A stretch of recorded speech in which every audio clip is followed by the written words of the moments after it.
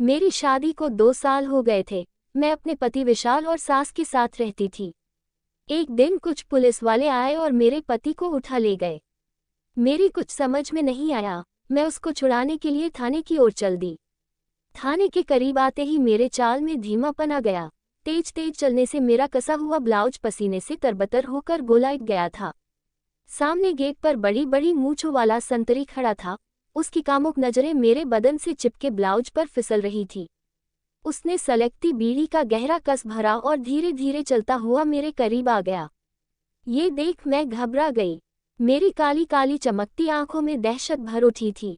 मैंने कई जवान औरतों से सुना भी था कि पुलिस वाले बहुत बदमाश होते हैं, फिर भी डरते हुए मैं थाने तक आ गई थी। पुलिस वाले की प्यासी नजरें मेरी गदर जवानी पर फिसल रही थी। यहाँ क्यों आए हैं, मुझे बता। मैं वहीं चुपचाप खड़ी रही। अरे बोलती क्यों नहीं, गूंगी है क्या? सामने खड़े पुलिस वाले ने कड़कती आवाज में पूछा। किसी ने तंग किया है तुझको, बता मुझे। थानेदार साहब ऐसा नहीं है, मैंने कांपती आवाज में कहा। फिर रास्ते में अकेली देखकर किसी ने पकड़ लिया होगा। तू डर मत, मुझे साफ साफ बता दे, 1 घंटे बाद मेरी ड्यूटी खत्म हो रही है। ऐसी बात नहीं है थानेदार जी, मैं तो दूसरी फरियाद लेकर आई हूँ, मैं सहज आवाज में बोली। पुलिस वाला अभी जाल फेंक ही रहा था कि अंदर से असली थानेदार जीप स्टॉप करके निकला। थानेदार जीप रोकते हुए बोला, अरे राम सिंह, यह औरत कौन है? साहब जी यही ये पेहरे पर खड़ा संतरी कुछ बोलता उससे पहले ही मैंने कहा, साहब जी मैं विशाल की घरवाली हूँ। उसे पुलिस ने पकड़ रखा है। हुजूर मेरे विशाल को छोड़ दो, वह बेकसूर है। ओह, तुम चरस गांजा और नकली नोटों की सप्लाई करने वाले विशाल की जोरू हो?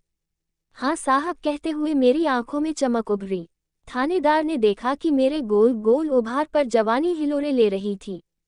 चल अपनी झोपड़ी की तलाशी लेने दे, जरूर तुमने माल छिपा रखा होगा। चल बैठ गाड़ी में, थानेदार ने रोब जमाया। साहब जी अगर झोपड़ी से कुछ नहीं मिला तो मेरे विशाल को छोड़ देंगे? मैंने हाथ जोड़ते हुए पूछा। हाँ छोड़ देंगे, थानेदार ने कहा। तो मैं गाड़ी में बैठ गई। संतरी ने मन ही मन थानेदार को बद्दी सी गाली दी। थानेदार ने अगले चौराहे पर ड्राइवर को उतार दिया, फिर वह अकेला ही मुझको लेकर झोपड़पट्टी की ओर चल दिया। दोपहर में सभी अपनी अपनी झोपड़ी में आराम कर रहे थे। एक मामूली सी झोपड़ी के सामने जीप रुकी। थानेदार ने उतरकर सारी झोपड़ी की तलाशी ली, वहां उसे कोई भी गलत चीज नहीं मिली। मैं सोच रही थी कि अब थानेदार मेरे विशाल को छोड़ देगा। मैं हाथ जोड़कर फरियाद करने लगी। हाँ हाँ जरूर आ जाएगा, कहते हुए थानेदार आगे बढ़ा और मुझको अपनी बाहों में कस लिया।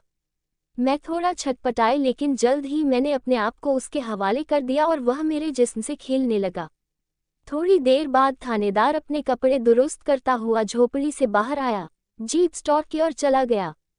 मैं लुट गई थी, मगर करती भी क्या, मेरी अपनी मजबूरी थी। मेरी बूढ़ी माँ बीमार थी, घर में कोई इलाज कराने वाला नहीं था। मेरा भाई जहरीली शराब पीने से मर गया था। घर में कमाई करने वाला कोई नहीं था। विशाल ने मुझे बीवी बनाने के एवज में माँ के इलाज की जिम्मेदारी ली थी। मैंने जिंदगी से समझौता कर लिया था। मैंने कभी यह जानने की कोशिश ही नहीं की थी कि असल में विशाल क्या काम करता है। अब मैंने सोच लिया था कि विशाल एक बार घर लौट आए तो उसे गलत काम करने से रोकूंगी। आज जो कुछ हुआ मैं उसे एक बुरा सपना समझकर भूलना चाहती थी। मैं भूखी प्यासी पति को छुड़ाने के लिए मारी मारी फिर रही थी। मैंने हाथ जोड़े पैर पकड़े, फिर भी थानेदार ने मुझे मजबूर कर दिया था। मैं अगली सुबह तड़क के ही थाने के गेट पर पहुंच गई। उस समय पहरे पर दूसरा संतरी खड़ा था। मैंने महसूस किया कि उसकी भी कामुक निगाहें मेरे उभार पर फिसल रही हैं, लेकिन मैं बेपरवाह होकर आगे बढ़ी। मैंने तो बड़े थानेदार से बात कर रखी थी। कल मेरी झोपड़ी में कैसे मिमिया रहा था, अरे रे कौन है तू, अंदर कहाँ भागी जा रही है? संतरी गुराते हुए आगे लपका। तब तक मैं भागकर थानेदार के दफ्तर तक पहुंच गई थी। दफ्तर के बाहर शोर सुनकर थानेदार बाहर आ गया। वह मुझको पहचान तो गया था, फिर भी अनजान बनते हुए दहाड़ा, अरे राजन, यह औरत कौन है, इसे बाहर निकालो। मैंने थानेदार की दहाड़ की तरफ ध्यान नहीं दिया। मैं गिड़गिड़ा हुए फरियाद करने लगी, साहब जी मेरे विशाल को छोड़ दो। 2 दिन से घर में चूल्हा नहीं जला, माँ बीमार है, हमारा दूसरा कोई सहारा नहीं है, मुझ पर दया करो। साहब जी कल आपने कहा भी था। मैं थानेदार के पैरों में झुक गई। अरे भाई यहाँ शोर ना करो, ये थाना है। मैं कोशिश करके देखता हूँ। मेरे ऊपर भी अफसर है, थानेदार कहते हुए दफ्तर में घुसा। तभी फोन की घंटी बज उठी। हेलो थानेदार, अजय सिंह बोल रहा हूँ सर। क्या विशाल को जेल भेज दो? वह एक बहुत बड़े गिरोह से ताल्लुक रखता है। विशाल को छुड़ाने के लिए थाने पर हमला भी हो सकता है। तुम्हारे पास जवान भी कम है, इसलिए फौरन विशाल को थाने से निकाल लाओ। दूसरी तरफ से सख्त आदेश था। वह तो विशाल के बारे में बात करना चाहता था, मगर यहाँ तो पासा ही पलट गया था। ठीक है सर, कहते हुए अजय सिंह तेजी से दफ्तर से बाहर निकला। तब मैं एक बार फिर से गिड़गिड़ा उठी। शायद मुझे पूरी उम्मीद थी कि मेरा विशाल छूट जाएगा। कल ही मैंने साहब को खुश भी किया था।